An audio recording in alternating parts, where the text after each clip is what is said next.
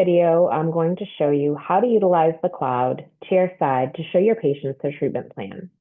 You have a couple different options of views. You can pull up a single arch, both arches, buccal view, or occlusal view. At the bottom, you'll see a play button. Once you click the play button, it will play through each stage one by one for the top and the bottom. You can also hide or show the attachments or any auxiliaries that are on the case. You can also play through each stage by just simply left-clicking on the gray stage bar and dragging it through each stage.